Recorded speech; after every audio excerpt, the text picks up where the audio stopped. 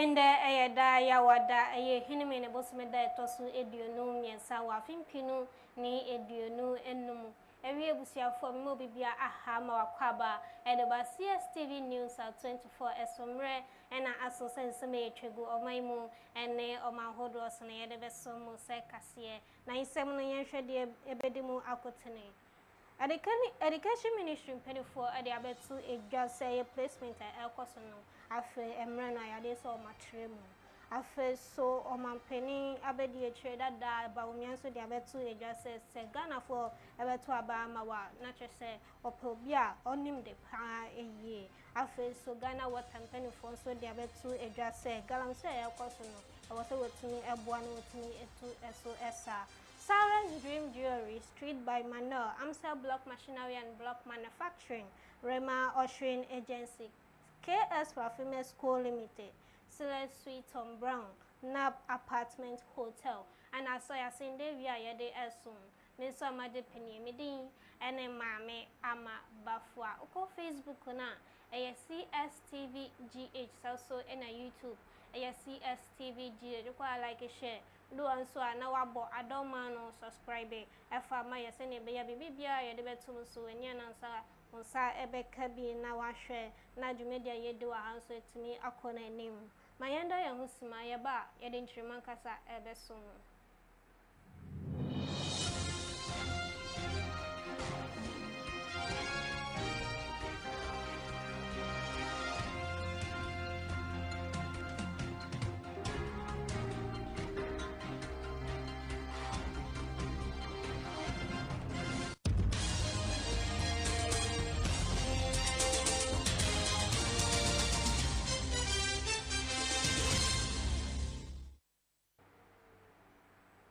I say, a dear minister, a mammy, ama bafua, na ya share yen semnasia, Obekai say a fee way mo, a jum nebusumi, and you shall movie echo, so a far national service and homes and sale, just in penny four, a bit two, a just say, a cabin penny four be the one sack or kika, and also aqua coyer is said, now what tremo a sikabe say 548 million Ghana cedis, and a year, Nende a idea say Attorney General Dominic Ayeni Eden Samabetu Eja wo trebu say national service scandal na chese na kosono ehuri akọ enim be say 2.2 billion Ghana cedis. Also, I wish to announce that the Auditor General has conducted a forensic audit into the NSA, the National Service Scandal, and the total amount of money stolen or illegally spent now stands at 2.2 billion. And not the 548 million that was uncovered by my investigators as at June 2025. And then, ladies and gentlemen, I have here a copy of the Auditor General's report. Again, painstaking investigation is very important in criminal matters. And so, based upon what the Auditor General has done, and this is a forensic audit, okay? Forensic audit means that they've gone beyond what ordinary auditing would have done. And so we are going to, based upon this, in some cases, change the charge, amend our charge sheets in order to bring fresh charges. Our investigators, have diligently concluded investigations in the following cases: the SkyTrain, National Service Ghost Name Scandal, District Road Improvement Project, or DRIP, National Lotteries, Palgo Multipurpose Dam, SML, Frontier Healthcare Services, Free Wi-Fi, National Ambulance, Bonkra Integrated Inland Logistics Terminal, Sputnik V vaccines case, and the land looting cases. Attorney General Dominic Ayine Ekasawie ye train osanso ede etu edwase eye kane CEO ede Man National Food and Buffer Stock Company eye Anan Ado Wahab ene ne yere faiza ade se sika twitwi dibia ekodi wo sem chese wo de aye twapia kra edi ebe se eye 78 million Ghana cedi se free afimpinu ni edu wotre ekosi afimpinu ni eduonu anan nanu na chese openi ede atu edwase wonhwe ama omo nante kwa nemum no imra and one ebedi. Within the period between 2017 and 2024, Mr. Abdul Wahab, in concert with Richard Samasanti and Bismarck Owusu-Boakye, orchestrated a transfer of 78,269,084 Ghana cedis and 4 pesos from the bank accounts of Buffer Stock Company to a private company linked to Hanan Abdul Wahab, his wife, and staff of Buffer Stock at Republic Bank and EcoBank. Evidence shows that the funds were instantly retransferred to companies owned by Abdul Wahab himself and companies and entities owned and associated with him and his wife. We need to do a good job. Accountability costs resources. Accountability, takes time. And so it is important that Ghanaians are patient so that we have the kind of results that I'm announcing today. Not that I will rush to court. Defense lawyers will come and raise objections, throw my case out, and then the same Ghanaians who wanted me to go to court expeditiously will now turn around and say that Ayine is an incompetent attorney general. I was never an incompetent lawyer in private practice. I don't want to be an incompetent lawyer in public service. So I want us to take our time to do the kind of work that I'm announcing today. And I want to also let you know that I'm under no pressure from any quarters to cut any deals. Don kuma ba ni deni Alexander Kwame na afenyo makene so akasa wo chebu se wo hwe aban impedifo achese ya power se won yen hwehwemu emfa Chief Justice Kane Chief Justice Gertrude Esaba Tokunu achese ehun sensenko ye bebra inde ye ne to akongwa no o se committee aya power se won yen hwehwemu no o se hwehwemu achese wo ye no etia amamra no. 4 of the members of the committee are judges, a retired Supreme Court judge, and 2 sitting Supreme Court judges. You have 3 petitions before you. You have done with a hearing of 1. You tell the person, the respondent, being Her Ladyship Justice Araba Esaba Tokunu, and her lawyers that come back on the 15th for us to begin the hearing of the second petitioner's petition. Then suddenly the second petitioner's lawyers write for a long adjournment, and out of the blue, a report is purportedly done recommending her removal. The Kwaman Committee must be ashamed of itself. That committee has reduced our democracy to something that cannot have a phrase to describe. That you are a committee, a constitutional body, a constitutional committee, and Article 146. You have been given a docket, so to speak, to handle. You are not done with the hearing.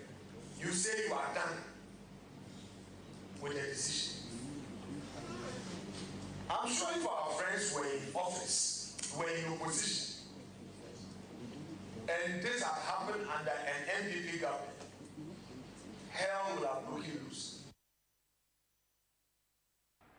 Openyi ba kwa wo hwe nim sa afimpinu ni eduonu wotwe ye beto ne so aba ewo NPP amanyoko no anemu Dr. Bawomia odensama tudwa wo twrebu se wo hwe oman Ghana manfo awowo mu no anya ade se wo hia sika o na mmom no wo pa obi a opanyi onim de pa obetimi ama oman kokron Ghana etimi ejina bebi a ewo se esie na mmom no anya sika bi ana ode betimi adada wo Ubeye umampenyi ewo Ghana ha emfa sika wo ubotom enye ubotom sika na wode be hwe Ghana fo eye ubotom sika enti huntimi nkasa mi wo sika enti behwe me property ena be to abama me enye no sa adwen a ewo team onimdia o team o ideas eno ena ede empuntuo ene mfaso na ahoto ebebre Ghana for enti enye sikasem. It is about ideas. Managing Director at the Ghana Water Company Limited, Adam Tauklu, and some Atuja Watch Rebel Solution Pempe, Sunny from a good year to Equaso or my one, a hard pie. That's it, or also at the two address ocean pepe a year water crisis, senior, a month for a penny, na in so whom aqua quiet day, a man for no, a hard pie, yes, I say, or watch a summer faculty quite so a two from a good year or my own.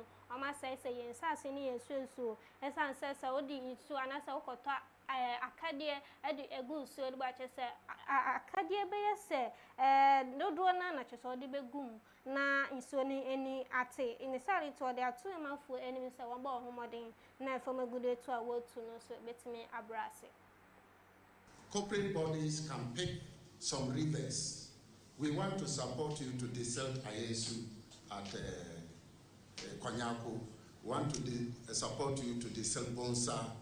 We want to support you to descend Kibi, so that as they pick, the cost per each of the corporate bodies will be less. So they can come in and say, okay, we want to support A, B, C, D, give us the amount. And if you want us, we can go ahead after this, we'll put together and publish, put them together, and everybody to know how much each one goes. You declare state of emergency, so for how many years? When the people continue, the day you leave the state of emergency, when they go back, we can't have state of emergency forever. So there must be pragmatic measures, as the President Mama had put it, to make sure that we put in measures to sustain it, and that will be sustained forever. I think in my position, Ghana Water is not state of emergency, and two, it's not only illegal money that sold our treatment plants. Akrabini nature say Konyako water treatment plant and nature say near Jumakra and nature say a managing director the Ghana Water Company Limited. I Adam Motakulo then some other two just say in Pepe I say dear I water treatment no plant no just say ye Jumapa ye. Konyako treatment plant. I can assure you with the turbidity dropping as a result of the intervention of His Excellency John Dramani Mahama, Konyako is operating 100%. We are producing water 100%. But what did we do? We had to relocate these pumps from down to the surface. So we have to do re-engineering by bringing the pumps up to be able to take the clean water that is coming in. And that is why we are now able to produce 100%. But when they are submerged down there, they silt. It will produce, they cannot produce well because of the high turbidity. But if we don't desilt it to conserve enough water during the rainy season, as the dry season comes, that means we have to re-engineer it to lower it as the water drops. When it gets to the level of the silt, we can't produce any longer. And that's why we are calling on corporate Ghana to come and support us with resources to desilt these intakes, so that with the effort of the government, we'll be able to contain clean water for production throughout the year. This is how, it's a new pump. This is how it should be. So we brought it up, we clean it, then we re-engineer it and place it at the surface of the water. As for ya won't share ya this answer so what my Ghana Hanu said that so a one in more fractures or person will call a senior high school be name no I'll call a day and my will so be your placement I could Siapona well a pen or what they are told 1 hour for enemy say when who send your work what the opinion as a war pray so what man be your school I call name no idea so what to me I'm one now what tobacco a day account will so be to be after school a day I'm a woman friend. Friday say baby, but yeah, nkasa ye de to your home so say ye pese ye mop up. Ye pese ye make sure so bia I am happy. Enti ye de to your home so say beba and enti ye be Friday officially no ye be Friday enti we dey just a mop up exercise. Aha enti while so want to say number na sheda endorse by ye pese obi be call na we akaka say o me ba ye kwan no ya anye me say aha enti na yasan den yasan ba aha enti obi a wo hobby a ope we no or person change from day to board and I send in school no or be any challenge be umbra you are up to Friday. This week make I say a problem next Saturday say bano. May press press conference show almost say jai because almost frustrated parents no because to go school who were print out you see we didn't know so I've been able to place a call to some of the headmasters and then the headmasters to stop what they are doing. So we were print out Jenipano because you just have to verify from your system. So I don't understand why, the frustration. And, yes, we have been able to call some of them to stop what they are doing. Now, when you say ngo kokwa ye tong ewo o my Ghana hadon say no indi mu efa kwete kwan so de ngo no ekwa amaman ahodo so ekwa akodi edwa ewo honom na no ana kire say eye palm oil industry dey atu edwa wo kire say sa ne ye no ayade say ama wo sikasem aye basa paye nende ayade say oil palm development association of Ghana in penifo so dey abetu edwa what they are to about enemy side enemy ya won ko wo ho emwa se ne be ya odada secretary msubiti mi akoye e de amom or the policy directive by say obi a de anwa ana enwo beba no fa tema port ana takra de port na tu ya duty omum peso mbetu ya nti no de fa to no de afa sankase northwo no matwea begum na rewu sem as of today 90% of enwo aye di ana nwo aye di no okọ market wa ni nyina ye enwo ni anwo a ya smuggle ana si ya fa kwati kwan di aba entimi nton ye de ya nwa te okọ big company like GOPDC Woma Nopam all the big companies are in almost produce Frytor Hayat ebi so ye King's Oil okọ market na unhu ba kokra product no ba kokra ni. Now, yen kai who say, your industry employ close to 1.2 million people. And it's almost to me in Tom Moniama, and then unemployed. Straight. His Excellency, John Dramani Mahama, send your war and new oil palm hono. No, what me I want so this is Capudu Besemuno. Minim say, Ubetimia Sosidia Mancroft one who say yes, you are the true president. Now, yes, a small girl and I have an castle. Mwani nkomo na emma ensika pudu a odi besa oil palm no enko waste. I know you do it. Na mwanya yen we have about 1.2 million people feeding on that crop. Mwanya emrena ebe nimu no mobeti enka.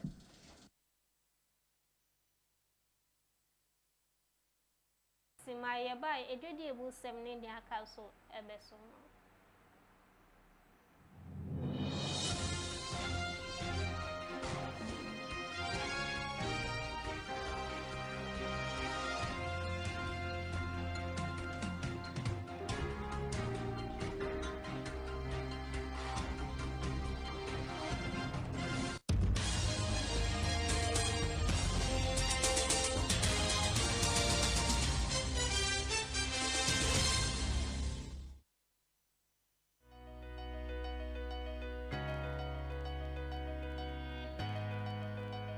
Escape from serenity. Your luxury wellness retreat awaits you at NAP Apartment Hotel.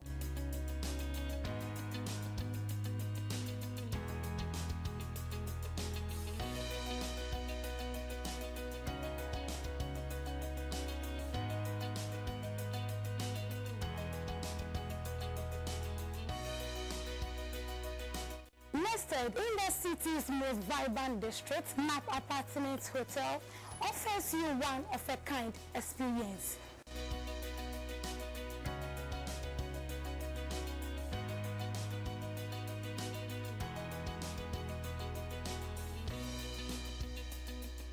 NAP NAP Apartments Hotel, rated as one of the 4 stars hotel in the country. You can locate NAP Apartments Hotel at the summer first link. For reservations and enquiries, you can log onto their website at www.napapartmentshotel.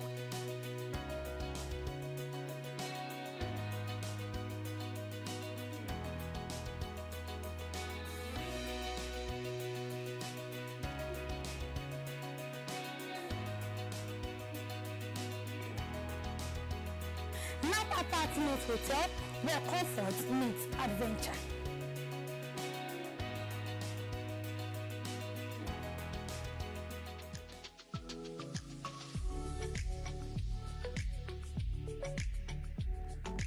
Every piece tells a story of love, elegance, and timeless beauty. At Sarah's Dream Jewelry, we bring you exquisite craftsmanship, stunning designs, and pieces that celebrate your moment. From engagement to anniversaries, birthdays to just because surprises, we help you make memories that shine forever. Discover timeless classics, modern elegance, and breathtaking collections. All our prizes that sparkle. Looking for something unique? Our expert artisans craft personalized jewelry made just for you. Let's make your moment unforgettable. Sarah's Dream Jewelry, where elegance meets you.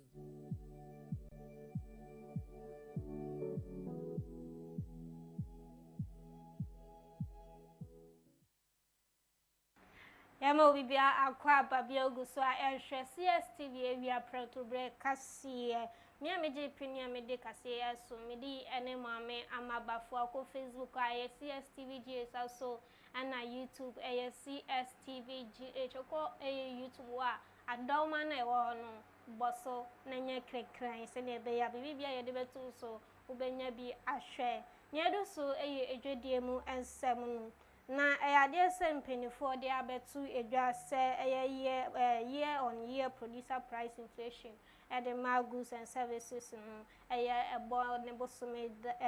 ebo ne bosome wa fiwe mu 2025 no ejina 3.2%.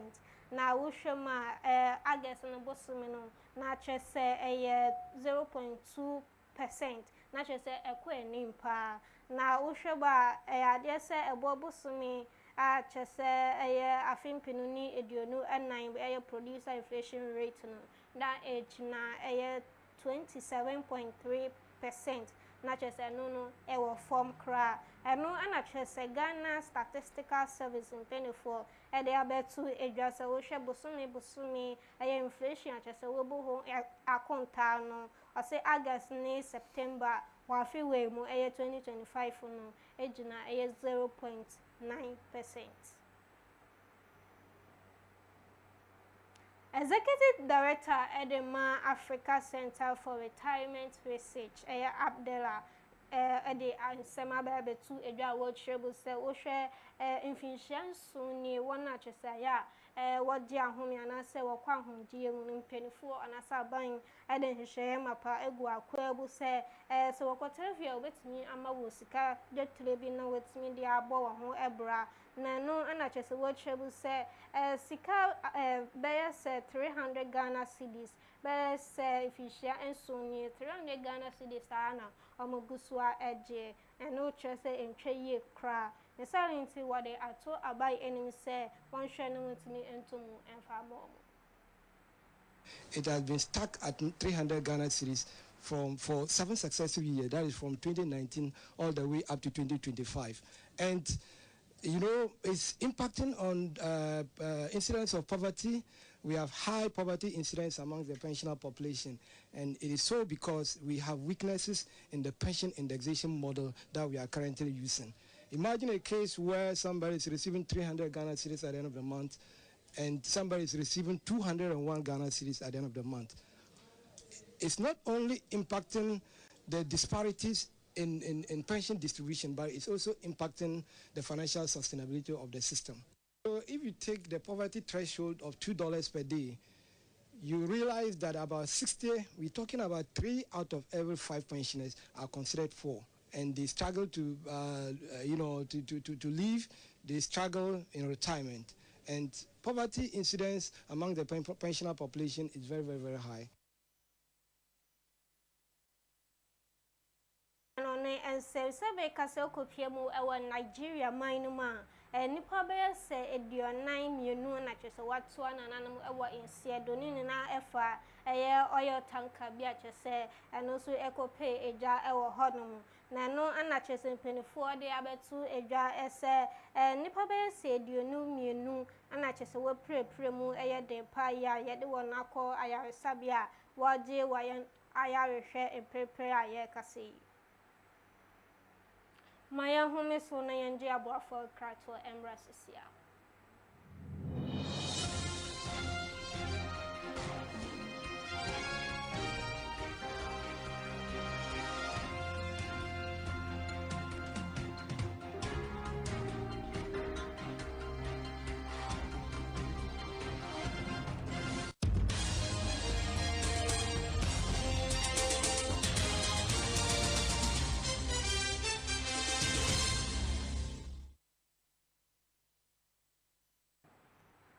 Maya sama obibia akwa babio ne yedu so eya godie mu ensem na sante kotoko ukun apem ebeba eya de sendra da anamkopie mu ewo Morocco mine mu achese wonne eye Wadad Athletic Club no ekwa ko esi akai eye Sunday we achese ebe na no anachese pedifo de atu edwa se wonne eye wona achese wo bebo akansie no mbema be se eduenu ana chese wo si akan wona chese wo mu ana se wotibi si akai pa Azi Haruna Patrick Esiedu Francis Akwa Abidu Peter Adafe so Dozo Morfin and so Kahubia wakwa kosi akai Sunday ebem Sabe ka say die there some boabo mo hopa say ombeye exercise training Sunday be Sunday no one team no ebekwa akoshia na wetimi edi kunim ede ama omankron Ghana. Na blaster midfielder ye kwesi sibon so den sama tuja world treble say o hwe 2026 FIFA World Cup enche bia ebekwa so no say no owa rehwemu pa ye say omankron Ghana ewetimi enya cup no ede amba oman Ghana o say o hwe amane anase wona chese wo kwa akosi akan no boys a chese wo kɔ no wo warehwemu pa say obetimi agikruwa no ede abrel mangana mayenda ya husima ya ba ye de dia kanso ebeto aso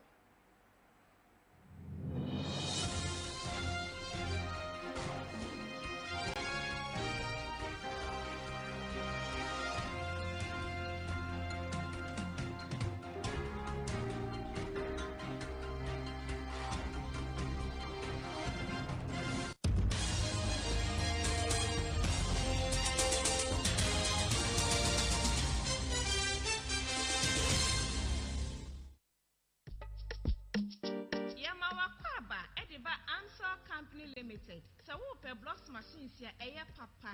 None bonso assign edda from dia. Any na enwani Amsel Company Limited. Your conveyor blocks machines, hydraulic blocks machines, pallets, any blocks machines in one session in and nothing so blocks machines are who draw opening in a bin so ewo. To show your chapine in a year. There was Spinters Road 18 Junction. Yani KFC Dino and a dish anymore. Freye, it was 05240 and I say 0540725850. Amsel blocks machines papa efie. Maya Samo Obibia Aqua Babio de so a nijediemu and some Nagani rapper tiny and then some Atsuja which will say in there will share a female artist. Arches or bonium or my Ghana had say those our bar and China is a walk on and so share a baba why a friend is so windy share or not your born home what then pie ye. Oh, go so a gentleman no she knew quite say that should be no, I don't know a bebo and no. Yeah, they were mad, they were a lot, but they were I know a lot underground that done. It's been very difficult for the female ladies to, the ladies to penetrate it, and then to even be in the industry to be there. When they come, they fade out. No long, then they fade out. It's been very difficult for the ladies to make it. At all. You for be hard, just like Wendy Shea. I like her deliveries. And her performance too. I like her performance too. Oh yeah, she is. If the time comes. Mayambo remu ewo ewiemu sachaye kakra emyai a chese ewo oh my Ghana had to say no bia ya chese be empoano na say afen so fifinin ade se eyemununkum ebe to eho num kakra na ewia enso ebe bo na aprana nso ato free eye rabrekusi enimremu honum nanso no ye hwe kwan se tifi afemu so de ewia ebebo na mununkum so etimi ato ewo honum kosi nenimre no kra ewie busiafo ahase ne yede kase ye boaboa no nunano yede ebesi ewa ha nyumako we na omoso yase yede kase esomo Sarah's Dream Jewelry so hwe wona omo eye Kaneshi Asafo Ache Ashi Street Treat by Mandel, Amsa Black Machinery and Black Manufacturing, was painters. Amoni a KFC no in a Eddie and share. Rema Ocean Agency, our Kaswa Amanfro, KS Rafimes Co Limited. Our Dansuman Runabout, Sile Suite on Brown Kaswa Amanfro, and our face Nap Apartment Hotel. Our Dansuman First Link. Me a major opinion, they we made the Esomo, Midi, and Mame Ama Bafwa Macram.